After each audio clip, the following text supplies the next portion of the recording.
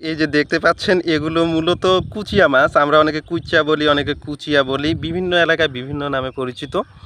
তো এটা একটা মাছ।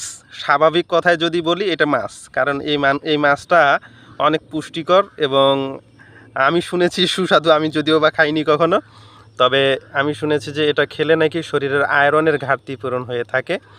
তবে এটা অনেকটা ডিপেন্ড করে নিজের রুচি এবং খাওয়ার ইচ্ছার উপরে।